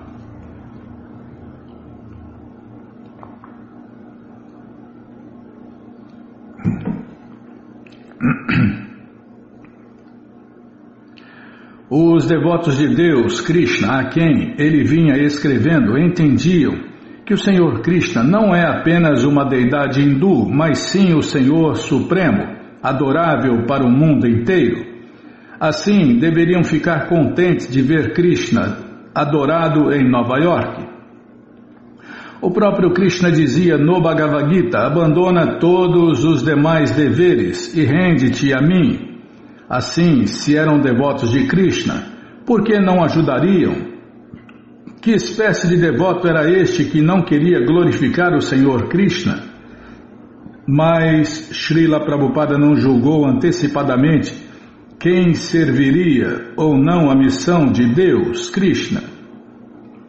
Ele era plenamente rendido e dependente de Deus, Krishna, e em obediência a seu mestre espiritual aproximava-se de todos, sem discriminação, a pedir-lhes ajuda. Ele contava com Sumati Moradi. Ela o havia ajudado a publicar o Śrīmad Bhagavatam e proporcionara-lhe a viagem aos Estados Unidos. Numa carta recente a ela, dava-lhe somente sugestões. Só estou lhe dando uma ideia, e se a senhora fizer o favor de meditar sobre isso com seriedade e consultar o seu adorável Senhor Balakrishna, com certeza iluminar-se-á mais sobre o assunto. Há muitas possibilidades e de certo necessidade também, e é dever de todo indiano, especialmente dos devotos do Senhor Krishna, cuidar deste assunto. Mas ele não recebeu nenhuma resposta. Não tinha notícias dela desde Butler, embora as palavras dela lhe parecessem proféticas e haviam ficado gravadas em sua memória. Acho que o Senhor deve permanecer aí até recuperar inteiramente a sua saúde e só regressar após cumprir a sua missão. Agora, Sumati Moradi precisava fazer algo grandioso. Ele disse-lhe categoricamente: penso, portanto, que podemos inaugurar um templo de Balakrishna em Nova York imediatamente para este propósito. E como devota do Senhor Balakrishna, a senhora deve realizar esta grandiosa e nobre tarefa. Até agora, não existe nenhum templo de adoração para os hindus em Nova York, embora na Índia existam tantas missões e igrejas americanas. Assim, solicito-lhe que pratique esta boa ação e ficará registrado na história do mundo que o primeiro templo hindu foi inaugurado por uma piedosa senhora indiana, Shrimati Sumati Morarji, que não apenas é uma grande magnata de negócios da Índia, como também uma senhora hindu piedosa e grande devota do Senhor Krishna.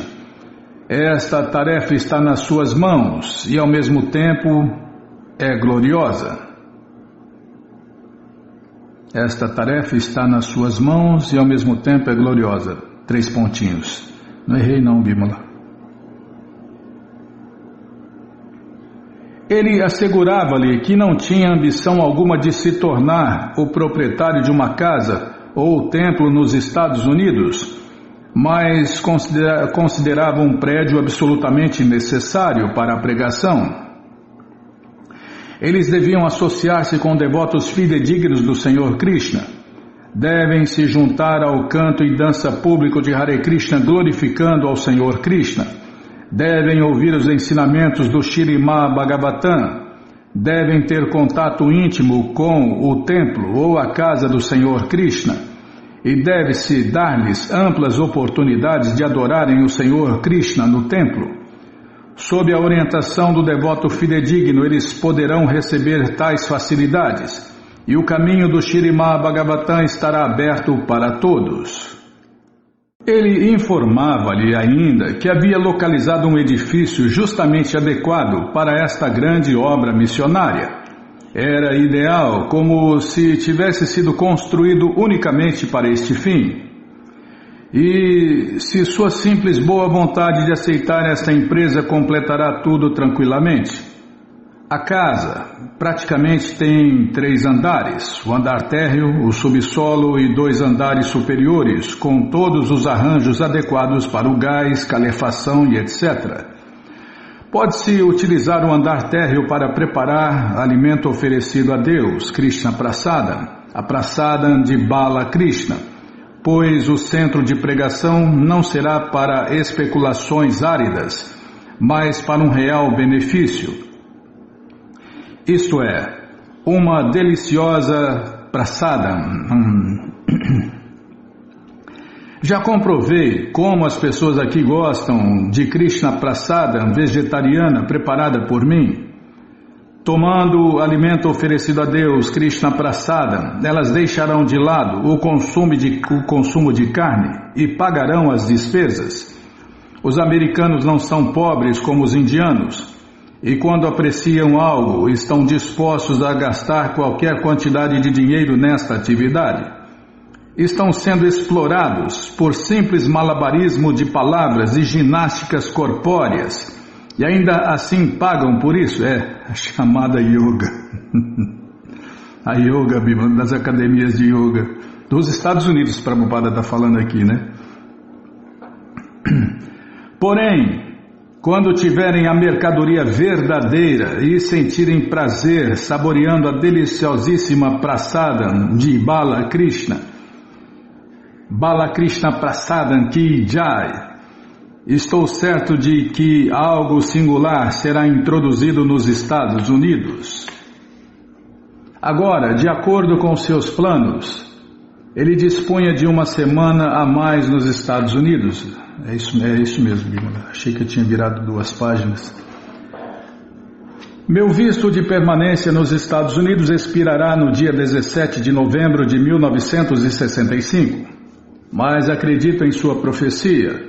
O Senhor deve permanecer aí até recuperar a sua saúde inteiramente e só regressar após cumprir a sua missão.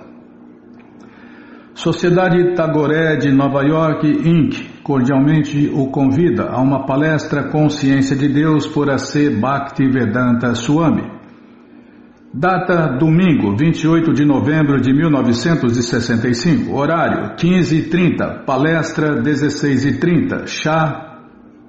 Local: New India House, Rua 64, número 3 Leste, Erudito, amplamente respeitado e líder religioso da Índia, Swami Bhaktivedanta está em breve visita a Nova York. Ele tem se dedicado à tarefa monumental de traduzir os 60 volumes do Śrīmad Bhagavatam do sânscrito para o inglês, que atualmente está o mesmo conteúdo em 16 volumes. 28 de novembro. Dal Haron jamais se encontrara antes com Srila Prabhupada. Ele era músico e vivia no centro da cidade. Costumava assistir aos encontros da Sociedade Tagore na Rua 64. Dal Haron comenta: fui para outra parte da cidade e me dirigi para o interior do auditório. Notei que o palco estava vazio e viam-se poucas pessoas sentadas ao fundo do auditório. Segui descendo entre a fileira central porque normalmente gosto de me sentar na frente. Então vi um senhor idoso sentado bem à direita e senti-me atraído por ele. Assim aproximei-me e sentei-me a seu lado.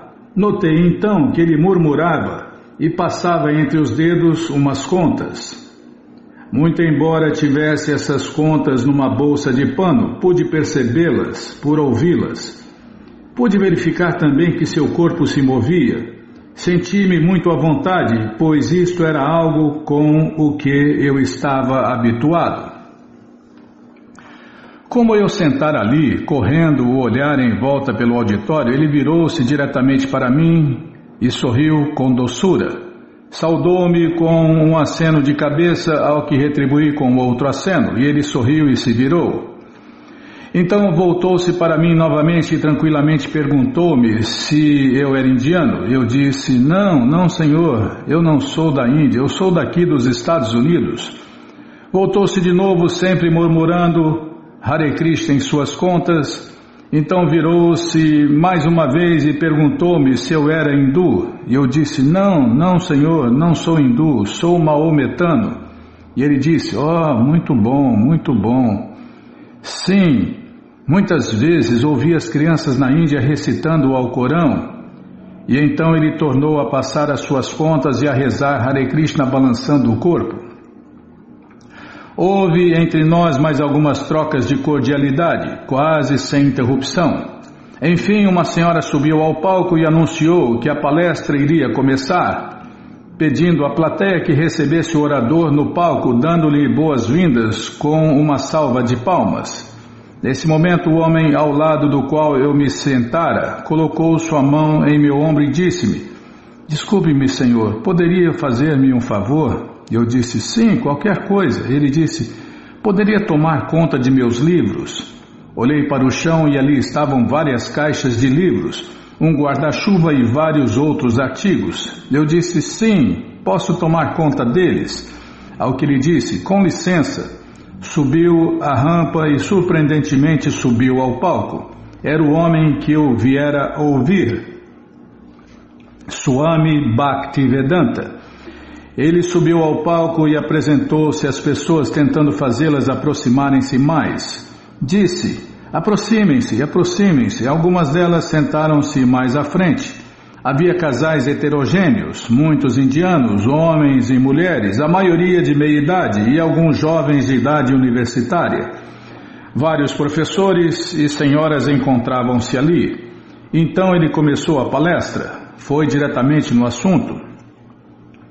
Simplesmente iniciou exclamando, proclamando a grandeza do Criador e que a coisa mais importante é se lembrar do Criador e lembrar-se de Deus. Começou a discorrer sobre a consciência de Deus, o que é a consciência de Deus e como Deus está em toda parte e como cabe a nós todos nos lembrar de Deus, não importa como o chamemos, com que nomes o adoremos, mas nosso dever é recorrermos a Ele. Ele deu uma demonstração prática que foi muito comovente. Cantou Hare Krishna, Krishna Krishna, Hare Hare, Hare Rama, Rama Rama, Hare Hare. Só que muito mais bonito, né, Bima? E falou do poder e das graças salvadoras do mantra. Pausando brevemente em meio à palestra, tomou um copo de água. A última coisa que disse antes de descer do palco foi que dispunha de cópias do Śrīmad Bhagavatam. Ele explicou que vinha trabalhando naquela obra de 60 volumes, dos quais já publicara 3, que custavam $16. Então encerrou e desceu. Muitas pessoas aproximaram-se dele. Algumas eram tímidas, outras entusiásticas. Algumas pessoas apertavam-lhe a mão e queriam comprar os livros. A princípio, cerca de 15 pessoas reuniram-se ao seu redor, conversando com ele e fazendo-lhe perguntas. Com tantas pessoas à sua volta, ele voltou-se para mim e disse: Senhor, poderia me fazer mais um favor? Poderia fazer o obséquio de encarregar-se da venda dos livros? As pessoas virão até o Senhor para adquirir os livros. Assim, venda-os e coloque o dinheiro nesta caixinha, e eu estarei com o Senhor em 1 minuto. Eu disse: sim, está certo. Assim, enquanto ele conversava com as pessoas, outras vinham até mim. Elas deviam pensar que eu era seu secretário ou seu companheiro de viagem, e vinham a mim e perguntavam-me coisas pessoais sobre ele, as quais eu realmente não podia responder, pois não sabia. Algumas pessoas compravam os livros ou examinavam-nos. Enquanto isto acontecia, eu tentava ouvir o desenrolar de suas conversas com as outras pessoas e levar a cabo a venda dos livros simultaneamente. Algumas pessoas andavam em busca de um mestre espiritual e supunham que ele poderia ser um. Outras realmente interrogavam-no, mas ele apenas sorria e respondia a todas as perguntas com simplicidade. Lembro-me de ele falando-lhes: vocês saberão, não há pressa, saberão se eu sou o seu mestre. Ele sugeriu que as pessoas investigassem e lessem os livros.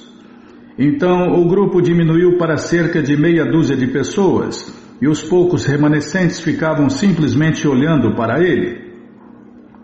Mas alguns eram tímidos demais para se aproximar dele. Ele dirigia-se a eles e falava-lhes, deixando-os à vontade. Mais tarde ele voltou para mim e fizemos os cálculos da coleta. Ajudei-o a arrumar as suas coisas e carreguei as caixas de livros que sobraram pela escada abaixo. Ao nos despedirmos, ele me agradeceu muito e eu lhe dei o meu nome, endereço e o número do meu telefone e comprei os 3 volumes do Śrīmad Bhagavatam. Não será possível ajudá-lo. Eu não vim aqui nesta idade avançada a passeio, nem com algum interesse pessoal. Estou tentando implantar a ciência de Deus, Krishna, para o interesse de toda a humanidade, e isto os fará realmente felizes. Assim é dever de todos os devotos do Senhor Krishna ajudar-me por todos os modos. Trecho de uma carta a Sumati Morarji. Terminou novembro e veio dezembro, e Prabhupada, tendo obtido uma prorrogação de seu visto, permanecia. Os Estados Unidos parecia-lhe tão opulentos, ainda que muitas coisas lhe fossem difíceis de tolerar. As sirenes e sinos do corpo de bombeiro e dos carros de polícia pareciam-lhe estourar o coração. Às vezes, à noite, ouvia alguém sendo atacado e gritando por ajuda. Desde seus primeiros dias na cidade, observara que havia cheiro de excremento de cachorro em toda a parte. O Deus dos ocidentais é o cão. Dizem que o Deus dos indianos é a vaca, né? Então o Deus dos ocidentais é o cão. Adoram o cão, servem o cão. Tá, já parei de falar. Deixa eu tomar água depois dessa.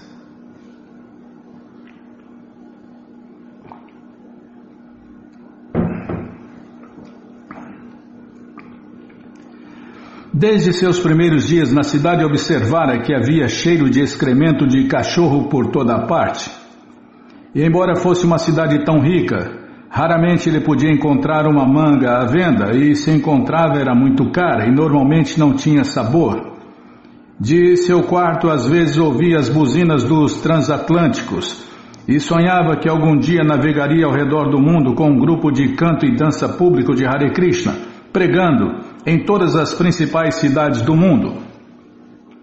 A temperatura caiu abaixo de zero, mais fria do que ele jamais experimentara na Índia.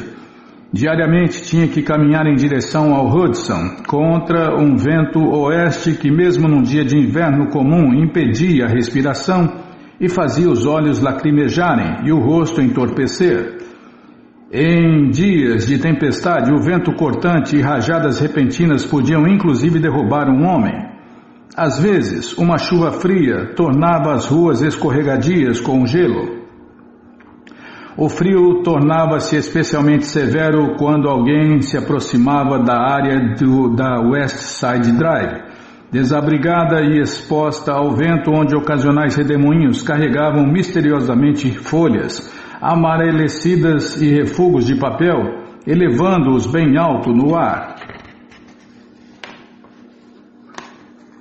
Srila Prabhupada usava um casaco que o Dr. Mishra lhe dera, mas nunca deixou de usar a sua roupa de sacerdote, apesar das caminhadas no frio e na ventania.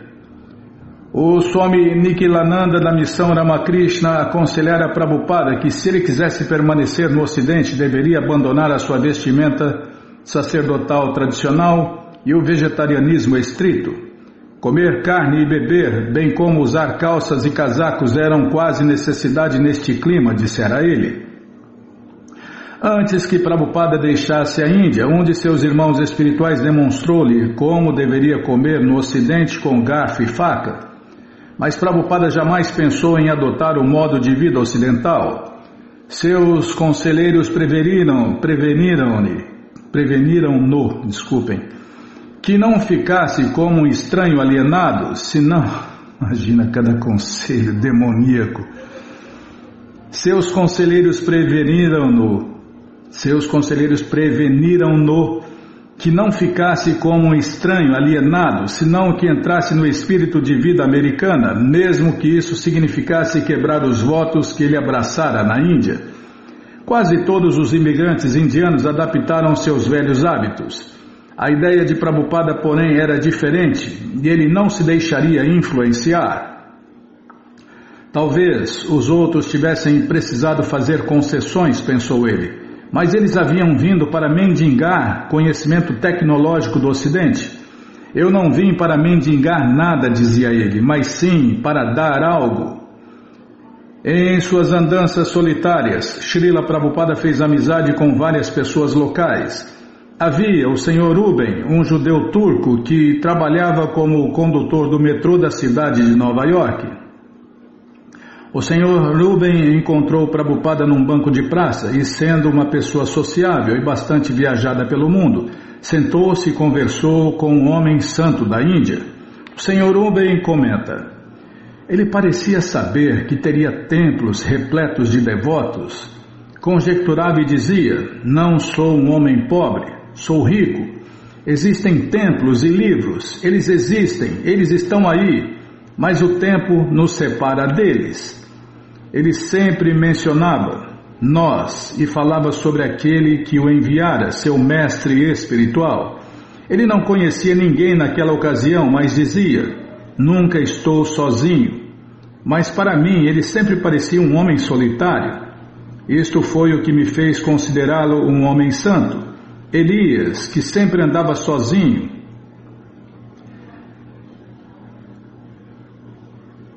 Não entendi, Bímola. Vou ler de novo aqui. Isto foi o que me fez considerá-lo um homem santo. Elias, que sempre andava sozinho. Não creio que então ele tinha seguidores. Quando não nevava nem chovia, Prabhupada tomava ônibus para Grand Central Station e visitava a estação central, a grande estação central.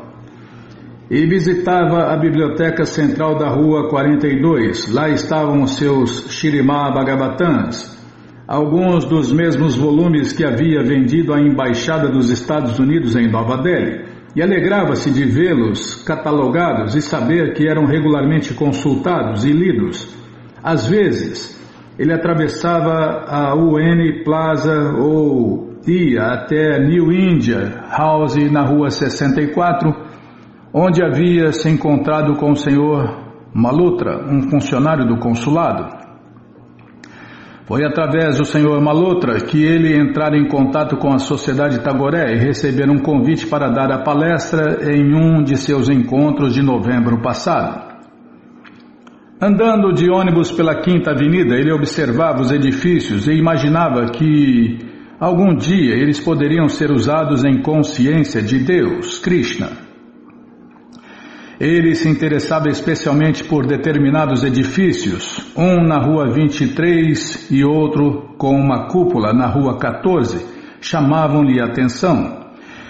Ele considerava como os materialistas haviam construído edifícios tão trabalhados e ainda assim não tinham tomado nenhuma providência para a vida transcendental deles.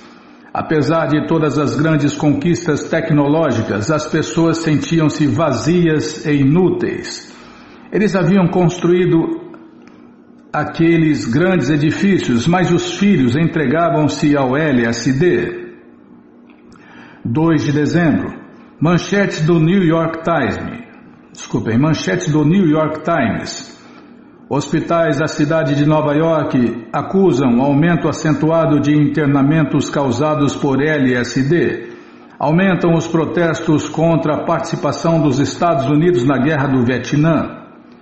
Esfriara mais, contudo não havia neve em dezembro.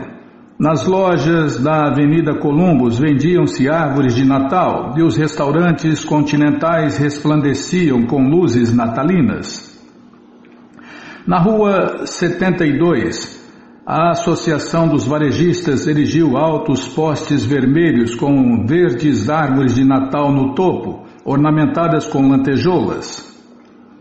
As copas das árvores em ambos os lados da rua exibiam guirlandas de ouropéis que atravessavam a rua e eram ligadas por cintilantes estrelas vermelhas rodeadas por luzes coloridas.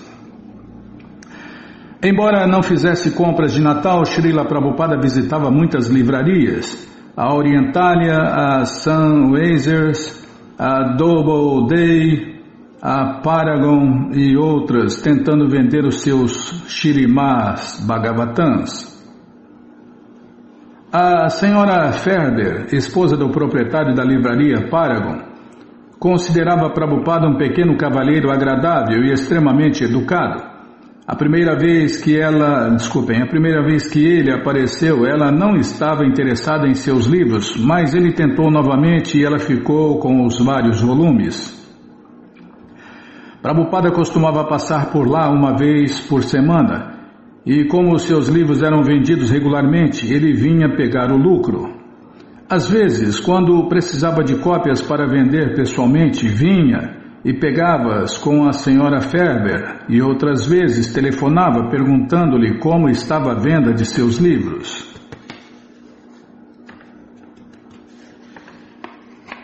A senhora Ferber comenta: